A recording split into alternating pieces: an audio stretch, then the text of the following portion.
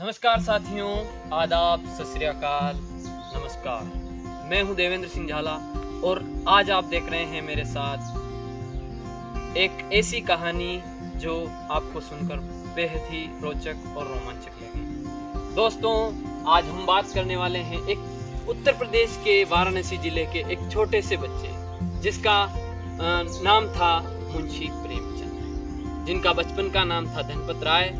उनकी हम बात कर रहे हैं आज कि उन्होंने कैसे अपने जीवन को चलाया और कैसे उस जीवन को एक ऊंचाई तक पहुंचाया। बात करेंगे इनके जन्म की, तो दोस्तों इनका जन्म हुआ था 19वीं सदी के उत्तरार्ध में, यानी 31 जुलाई 1880 को इनका जन्म उत्तर वाराणसी जिले के एक छोटे से गांव लम्ही में इनका जन्म हुआ।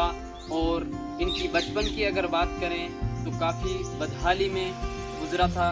हालांकि इनके पिताजी की नौकरी पोस्ट ऑफिस में थी, लेकिन फिर भी आप देख सकते हो कि 19वीं और 20वीं सदी में हिंदुस्तान की क्या हालत थी। आपको पता है यहाँ पे ब्रिटिश सरकार का राज्य था, लेकिन उस जीवन और उस परिवेश से निकलकर इन्होंने एक छोटे से गांव से निकलकर साहित्य की दुनिया में एक ऐसा नाम किया, या एक ऐसा साहित्य को इस तरीके से बताया, आसान तरीके से, जिसको आज भी हम और आम जनता या कहें पूरी आवाम, हिंदुस्तान की आवाम आज भी उनको सर आंखों पे रखती है, आज भी उनको उनके साहित्य को पूजती है। दोस्तों, जब प्रेमचंद मुंशी 7 साल के थे तब उनकी माँ का देहांत हो गया था और ये थोड़े से बड़े हुए, यानी 14 वर्ष के हुए, और वहाँ पे इनके पिताजी का भी देहांत हो गया। तो इस तरह से देख सकते हैं आप कि बचपन में इनकी माँ चली गई और जवानी आते आते इनके पिताजी का देहांत हो गया। फिर भी जैसे तैसे आपने पढ़ाई की, आपने शिक्षक की नौकरी की और अपने साहित्य को उधार देते रहे। साहित्य को उधार इन्होंने इस कदर दिया कि आप देख सकते हैं आज भी इनके साहित्य मानो जीवंत लगते हैं, या कहें कि 19वीं और 20वीं सदी में लिखे गए साहित्य आज के जीवन में भी बराबर फिट बैठते हैं। अगर इनके साहित्य पे हम एक नज़र डालें तो आप सब जानते हैं कि इनके उपन्यास बहुत ही रोचक और बहुत ही बड़े हैं। इनके उपन्यास आज भी हमको ऐसे लगते हैं कि मानो इसी सदी के लिए या 21वीं सदी के लिए ही लिखे गए हैं। इनके लगभग 12 उपन्यास हैं, जिनमें प्रमुख उपन्यास आपने सुने होंगे या पढ़े होंगे। गोदान, गबन, रंगभूमि, कर्मभूमि, निर्मला आदि इनके उपन्यास रहे हैं। इन्होंने लगभग 300 कहानियाँ लिखी हैं। जैसे आपको पता है बाद में मानसरोवर नाम से इनकी 8 खंडों में इनकी कहानियों को विभक्त किया गया। जैसे आपको पता है कहानियाँ इनकी ईदगाह, 2 बेलों की कथा, कातिल, और ऐसी कई कहानियाँ हैं जो हम आज अपने शब्दों से बयां नहीं कर सकते हैं। इनकी कहानियाँ एक से बढ़कर एक थी। हम आगे बात करेंगे कि हमको उन कहानियों से क्या सीखने को मिलता है। इससे पहले इन्होंने और भी कई नाटक लिखे।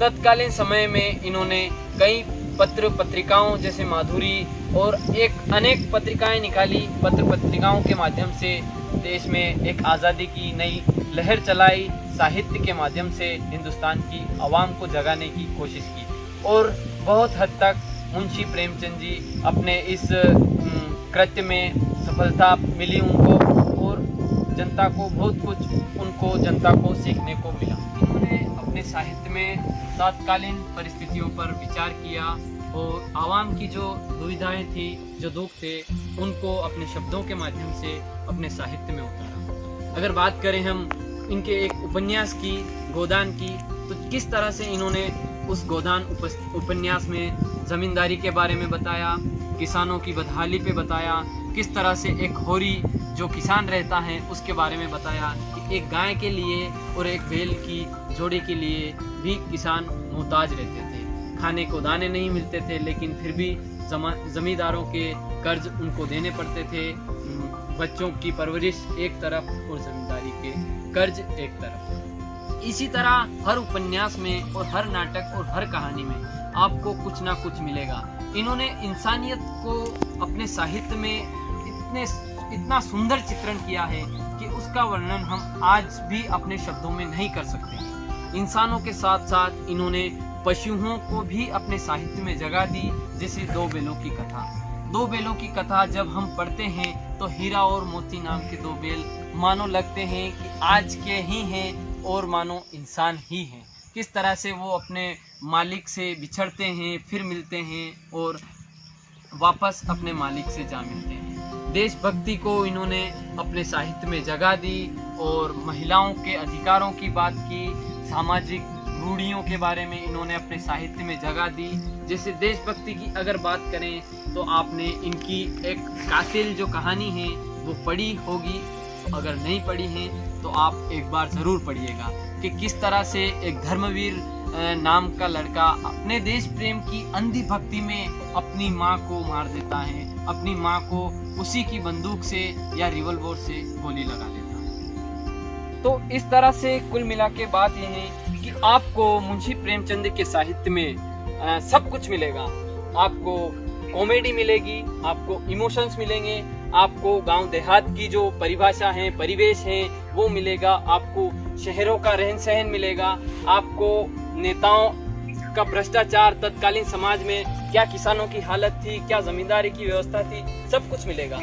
ये हम एक ही वीडियो में अपने शब्दों से बयान नहीं कर सकते हैं। इसके लिए आपको खुद को मुंशी प्रेमचंद जी की जितना भी साहित्य वो पढ़ना पड़ेगा, उनकी कहानियों को अपने जीवन में उतारना पड़ेगा। दोस्तों, इसी वीडियो में हम अपनी वाणी को विराम देते हैं और आपसे तहे दिल से आग्रह करते हैं या विनती करते हैं कि जीवन में आए हैं तो एक बार मुंशी प्रेमचंद के साहित्य के पन्नों को ज़रूर पलटाएं ताकि आपका भी जीवन स्तर सुधरे और देखें कि किस तरह से उन्होंने एक सुंदर जीवन का चित्रण अपने साहित्य के माध्यम से किया है। तो आप देखते रहिए। इसी के साथ मैं अपनी वाणी को विराम देता हूं। आपने इस वीडियो को इतना देखा, लाइक किया, शेयर किया, इसके लिए बहुत बहुत आपका धन्यवाद और आभार प्रकट करता हूं। नमस्कार।